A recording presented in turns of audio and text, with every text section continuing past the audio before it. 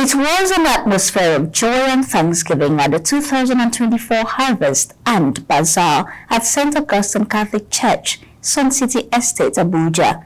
It was tagged, "Harvest of Gratitude, His Favor Shall Abound."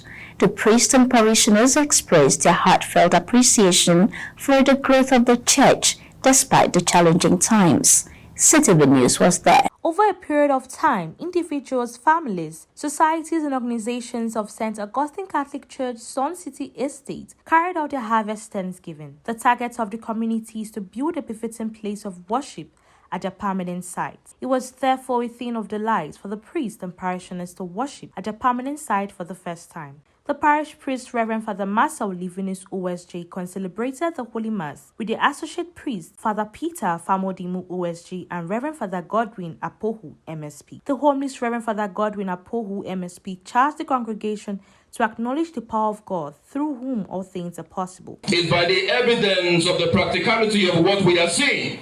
Today is the day that the Lord has made for each and every one of us here in St. Augustine's Parish. There are people who have begun building but never completed it. There are people who started the project but they became afraid to even step into the land that they bought with their own money. There are people who began projects and before the project was completed, they were long gone. You will not go in the mighty name of Jesus.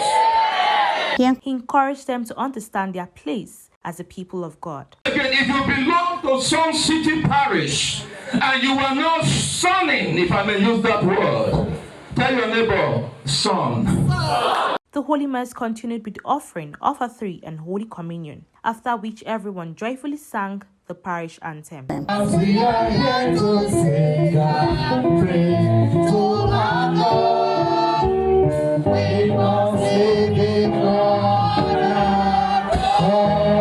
An elaborate Thanksgiving procession then commenced, consisting of different communities, associations, and guests and dignitaries present.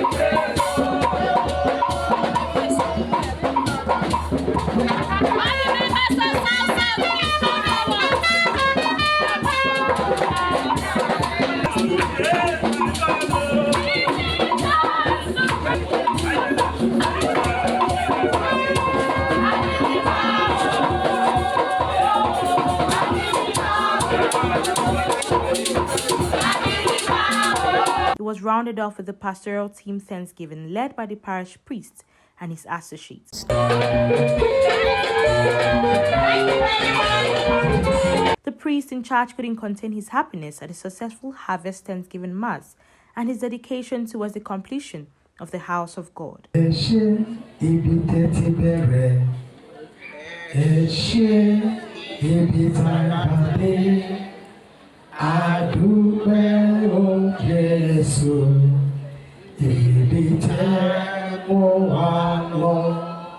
The reception commenced immediately, and the chairman, Kenneth Wangwo, encouraged all to support the growth of the church. Very evident and very clear that the goal of building this church will be realized quite quickly.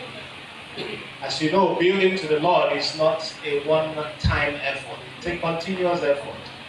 As we build a church, there is always a need to do more, either to expand it or a need to add more features to the church.